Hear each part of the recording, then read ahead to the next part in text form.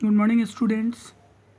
Today we are going to discuss chapter 2 from biology section, that is nutrition in animals.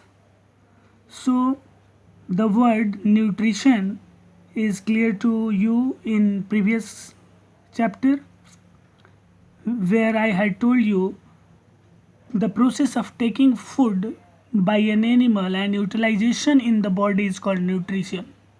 Means वो सारे पोषक तत्व जो जानवर हम सब मनुष्य लेते हैं उसको यूटिलाइज करते हैं, उस प्रोसेस को कहते हैं न्यूट्रिशन.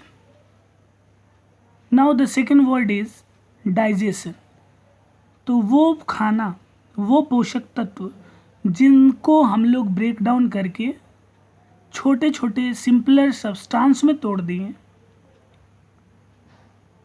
उनको बोलते हैं डाइजेशन. डाइजेशन दो तरह के होते हैं, फिजिकल और केमिकल मेथड. फिजिकल मतलब मुंह में च्यूइंग, ग्राइंडिंग. जैसा कि आपको पता है कि हम सब holozoic nutrition mode of nutrition है, यानी हम लोग कम्प्लेक्स फूड को डायरेक्टली मुंह में इंटेक करते हैं, उसको टीथ के माध्यम से च्यू करते हैं और ग्राइंड करते हैं.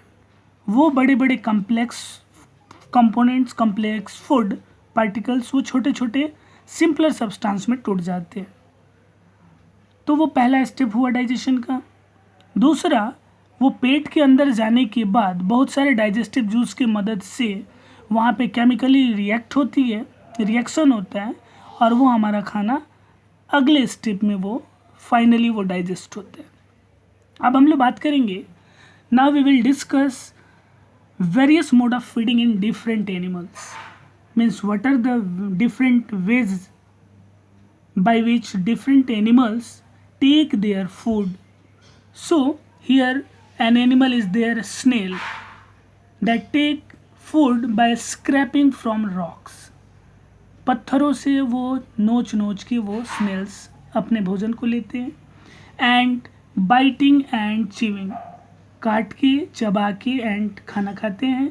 ईगल टियर फाड़ के खाते हैं. हमिंग बर्ड शकिंग सक करते हैं. लाइस जो सक करते हैं. मस्क्यूटो शक करते हैं. बटरफ्लाई सिफोनिंग मतलब कि किसी कंटेनर से लिक्विड चीज़ को रिमूव करना, टेक करना, निकालना.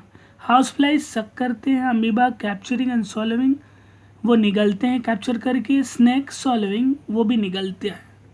यानी इन तरीक़ों से सारे जानवर अपने अपने भोजन को यानी न्यूट्रिएंट्स को लेते हैं, और इन सारे न्यूट्रिएंट्स को लेना, उस प्रोसेस को बोलते हैं nutrition. So I think till here it is clear to you. Now next one is digestion in human. अब मानव में बेसिकली इस चैप्टर में हम लोग को ये पढ़ना है कि डाइजेशन इन ह्यूमन, ह्यूमन में कैसे डाइजेस्ट होते हैं खाना. तो कहता है कि the food components pass through a continuous canal and get digested in each compartment. This is called alimentary canal. You know, हमारे ह्यूमन डाइजेस्टिव सिस्टम में पहला जो सबसे स्टेप होता है वो एलिमेंट्री कैनाल, जिसमें बहुत सारे ऑर्गन्स इन्वॉल्व होते हैं. जैसे मैं बात करूं, पहला होता है बक्कल कैविटी माउथ के अंदर. उसके बाद ओइसोफेगस फूड पाइप नेक के पास, गर्दन के पास. स्टमक, पेट, स्मॉल इंटेस्टाइन, लार्ज इंटेस्टाइन, छोटी आंत, बड़ी आंत, द एनस.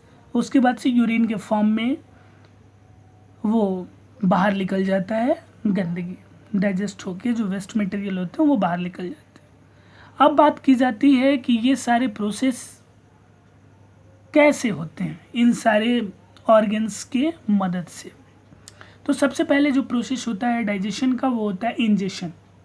इंजेशन का मतलब इन माने अंदर, अंदर लेना, यानी फूड को अंदर लेना. The process of taking food into body is called ingestion. खाना को मुंह में लेना किसी भी एनिमल्स के द्वारा, उसको इंजेशन बोलते हैं. अब खाना तो ले लिए. अब खाना वो लेने के बाद, जैसा कि मैंने पीछे बात किया, उसके बाद डाइजेशन का पहला जो फिजिकल स्टेप होता है उसको हम लोग शॉलो करते हैं. च्यू करके, ग्राइंड करके उसको कम्प्लेक्स फूड को सिंपलर सब्सटेंस में तोड़ते हैं, उसको डाइजेशन बोलते हैं. उसके बाद वो पेट में जाके क्या होता है, डाइजेस्टिव जूस की मदद से वो केमिकली रिएक्ट होके वो और सोल्यूबल बनाता है और वो डाइजेस्ट होता है। तो वो सारे डाइजेस्ट फूड, वो सारे हमारे इंटेस्टाइनल वॉल, स्मॉल इंटेस्टाइन में जाके वो फाइनली हमारा फूड डाइजेस्ट होता है। तो उस फूड का स्मॉल इंटेस्टाइन में डाइजेस्ट होना, वो ब्लड में मिलना एब्जॉर्प्शन होता है। एब्जॉर्ब माने उसको वो ले लेता है, सोख लेता है। उसके बाद एसिमिलेशन, अब वो सारी डाइजेस्ट तो हो गई, अब वो सारे उसके जितने भी न्यूट्रिएंट्स हैं वो सारे ब्लड में मिलके एसिमिलेट हो जाते हैं, एक जगह से दूसरी जगह वो जाते हैं, एनर्जी जाता है, और तभी हमारा बॉडी पार्ट्स फंक्शन करता है। यानी the process by which absorbed food is taken in body cell and used for energy growth and repair is called assimilation. अब वो सारे एनर्जी मैंने ले लिया खाना खाने के बाद, अब कुछ ऐसे वेस्ट मटेरियल होते हैं जिसको निकालने की ज़रूरत है, तो that process is called egestion. यानी the process by which undigested food is removed from the body is called egestion. जो अनडाइजेस्टेड जो वेस्ट मटेरियल है वो सारे यूरिन और ये स्वेट के माध्यम से वो बाहर निकल जाते हैं। अब हम लोग अगली क्लास में पढ़ेंगे कि ये जितने बड़े पार्ट्स हैं हमारे डाइजेशन के, जैसे टंग, टीथ, या डाइजेस्टिव सिस्टम, ये जितने हैं रेस्पिरेटरी सिस्टम, ये सारी चीज़ों को हम लोग पढ़ेंगे अगले लेक्चर में। Thank you class, have a nice day.